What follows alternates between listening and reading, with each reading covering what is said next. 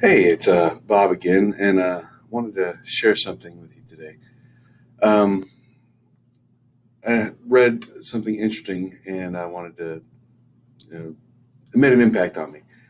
Basically, it's where you're starting from or where your past doesn't always have to determine your future. Where you're starting from doesn't lock you in, even if there's a situation where you feel like you're not able to get out.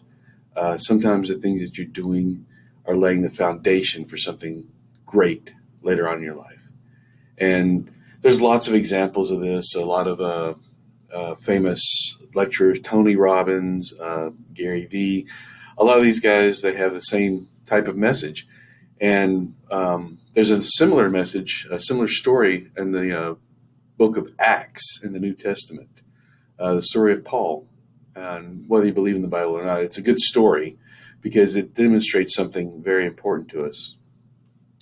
Now, Paul, when he started out, his name was Saul. He was a good Jew, a good religious guy, and he was brought up, in the teachings of the church, and he was very fanatical to the point where in his early days, he was persecuting the Christians, the early church, and to the point where people were afraid of him. Like he killed Christians, he had them put in prison, he had them beaten, things taken away from him.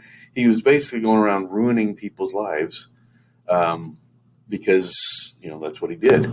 He was that's what his start was. Until one day he had a revelation. Now in the book of Acts, this revelation was he had an encounter with Jesus on the road to Damascus. In our lives, we may have started out doing something, whatever we did. Whatever circumstances we start out with, we might have been a bad person or, highly trained in something, but just doing things not really great, not right, whatever. Paul had a similar circumstance. He was highly trained, very well educated, very detail oriented, but all of that led up to something different.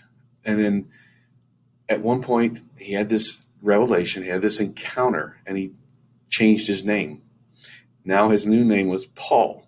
So before he was Saul, now he's Paul. And, people do that still today. How many movie stars are there? How many singers? How many famous people are there out there? They started out life with one name or with one set of circumstances, and they had a revelation. Something happened in their life where they changed. Um, again, a lot of motivational speakers will talk about this. There'll be a point in your life where you say, wait, no, need something new, need something different. And that's what happened with Paul. And the story of Paul, after his revelation, after his change, he went around and he started sharing the good news. He started sharing the gospel, and he built up churches. And he built up churches in Ephesus, Galata, Thessalonica. He built up a lot of churches, and he was going back and forth between them, and he was, teaching and preaching and helping the people. And he did this for years. And then something happened. Okay. So another life-changing event was he was imprisoned. The Jewish council, the religious leaders got against him and they imprisoned him. So maybe in our lives, we start from something and we have a revelation and we change and we start to do something else. We're laying a foundation. We go to college, we get a job. We're doing something we think is going to go in one direction. And maybe it's going to go that direction. But what happened when Paul was imprisoned, he couldn't do the things that he was doing before. He couldn't go to visit the churches. He couldn't go start any new churches. He couldn't go and talk to people. He was in prison. Now, it's not like he was in a dungeon or anything.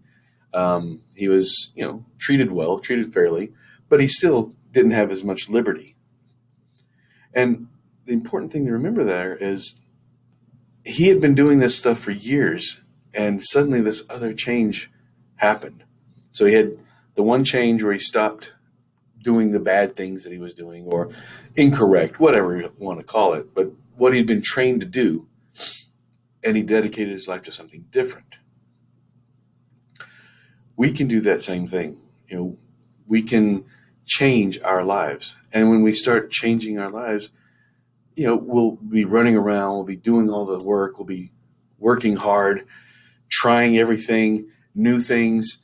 Heck, we may even change our names, like a movie star, like any other person. For my given name is Bobby, but I prefer Bob. And there was a point in my life a few years ago where I decided, you know what? I want to be known as Bob. Bob is different than Bobby. And that was a different part of my life. This is a new section of my life. And I'm hoping that, anyone watching this, you'll understand that where you are doesn't always determine where you're going to be. Now, in the case of Paul, let's go back to Paul for a second. He had been used for years to traveling, preaching, teaching, helping out people. And it wasn't until he came back to Israel, came back to Jerusalem, that they got him, they captured him, and they imprisoned him. And it wasn't with the Jewish prison, it was with the Romans. And the Romans didn't quite understand what was going on. I was like, well, why do we have this guy? What's the big deal? He's saying that there's, the religion, and there's a guy that you say is dead, he says is alive. And so what's the problem? So the Romans kind of kept him around to appease the Jews, basically, in that time. And our circumstances in our life, sometimes when we start doing the thing that we think is after our revelation, we start doing it, acting on it. And there'll be people that will come against us. They'll tell lies. They'll make up circumstances. They'll try to catch us and throw us off guard or punish us somehow. Maybe even put us in prison. Now, what's important here is Paul took that situation of being in prison. He could have said, "Oh man, I've been doing this. I'm in prison. It was all worthless. Nothing worked out the way I thought it was going to work out." And that could have been the end. But no. Paul started writing letters to the churches that he had started. And he wrote those letters to build them up, to encourage them, to make them feel better. And the interesting thing here is, I don't know where Ephesus is. I don't know where Galata is.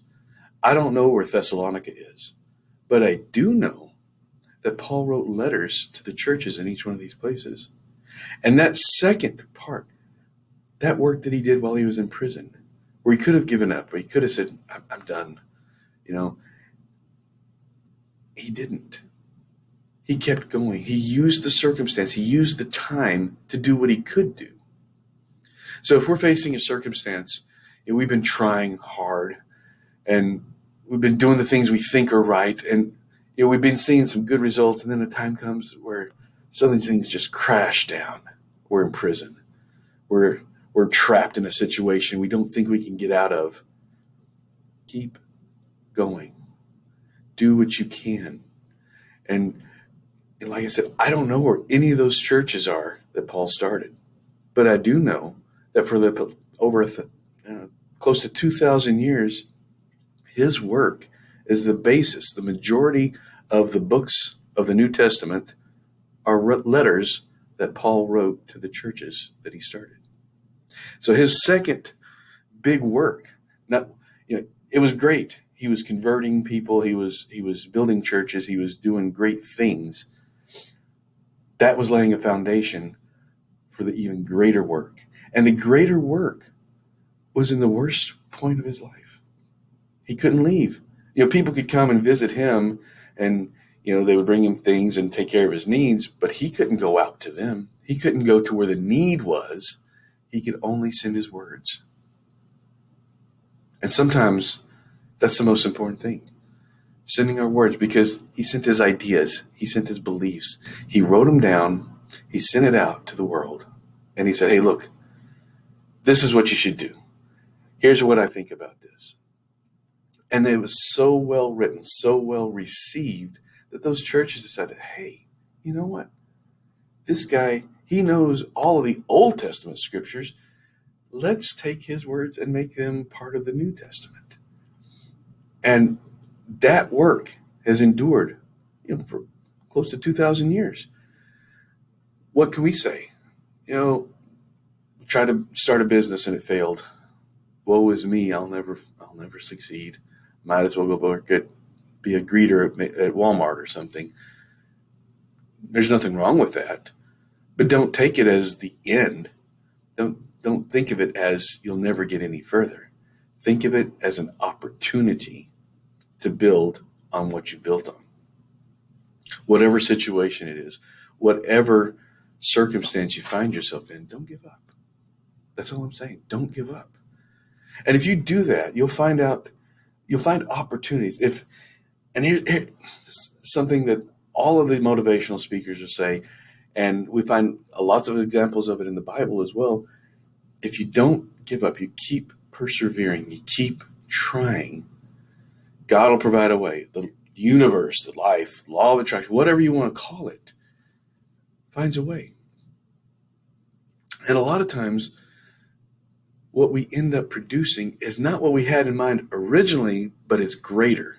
It's higher. It's more powerful than what you thought you were going to do originally. So that's my thoughts for today. I hope you enjoyed them, and we'll see you again tomorrow.